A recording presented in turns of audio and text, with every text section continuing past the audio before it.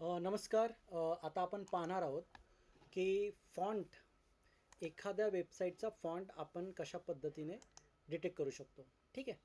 तर font detect करण्यासाठी आपल्याला काय लागेल, आपल्याला पहिल्यांदा लागेल एखादं एक्सटेन्शन है ना. तर क्रोम एक्सटेन्शन आपल्याला घ्यावं लागेल. तर आपण इथं जर क्लिक केलं तर बघा इथे एक्सटेन्शन आहे, हा जो स्क्वेअर आहे ह्याच्यावरती आपण क्लिक केलं. मॅनेज एक्सटेन्शनमध्ये गेलो.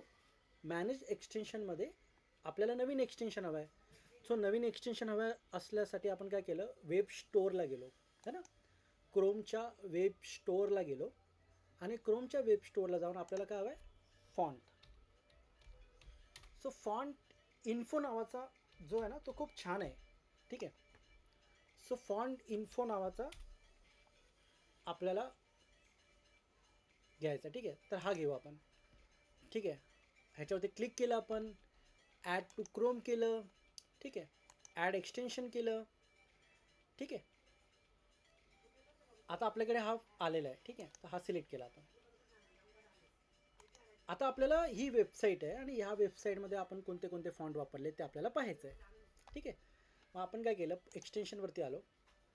या एक्सटेन्शनला जर तुम्ही पिन केला ना तर तो तुम्हाला बाहेरच दिसणार इथे बाजूला आहे ना. जर पिन केला नसेल तर तो दिसणार नाही. जेव्हा आपल्याला हवा तेव्हा आपण वापरू शकतो. पण आपल्याला जर सारखा वापरायचा असेल तर आपण त्याला इथे पिन करू शकतो है ना. मग आता ह्याच्यावरती आपण क्लिक केलं तर ह्याच्यामध्ये सगळं काही दिसतं बघा तुम्हाला. फॉन्ट वेट काय आहे, फॉन्ट साईज काय, फॉन्ट फॅमिली काय. सर्वात पहिलं आपल्याला फॉन्ट फॅमिली जाणून घ्यायचं आहे ना. तर आपण फॉन्ट फॅमिलीवरती क्लिक केलं. ठीक आहे.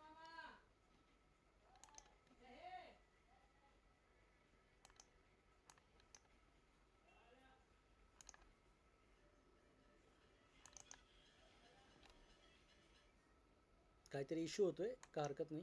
एक मिनटं. हो, आपण काय झालं, रिफ्रेश करू एकदा.